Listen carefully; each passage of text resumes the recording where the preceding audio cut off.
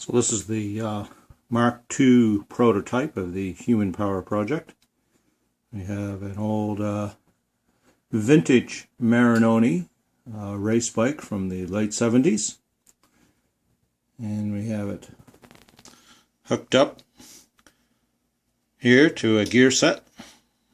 Okay, we have a 53 tooth driving an 11 tooth sprocket.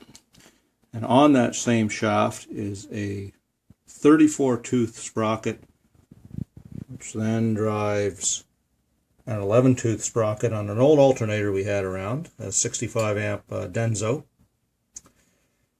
We've removed the regulator from the Denso and just full fielded it with 12 volts. It takes about 3 amps to run it at full field. So the gear up ratio is about 14:1. So for every 100 RPM of the crank, we're getting about 1400 RPM of shaft speed on the alternator.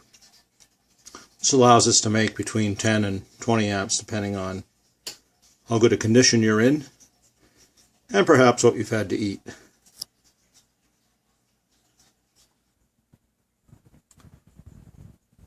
So this is the amp meter, 0 to 30 amp DC amp meter.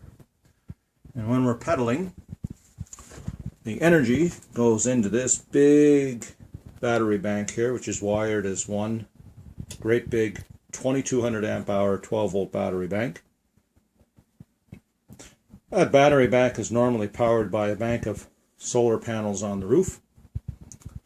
Goes through that charge controller, through the breaker box, lightning arrestor there, and that in turn runs a 2.8 kilowatt pure sine inverter, which then powers various circuits in the house.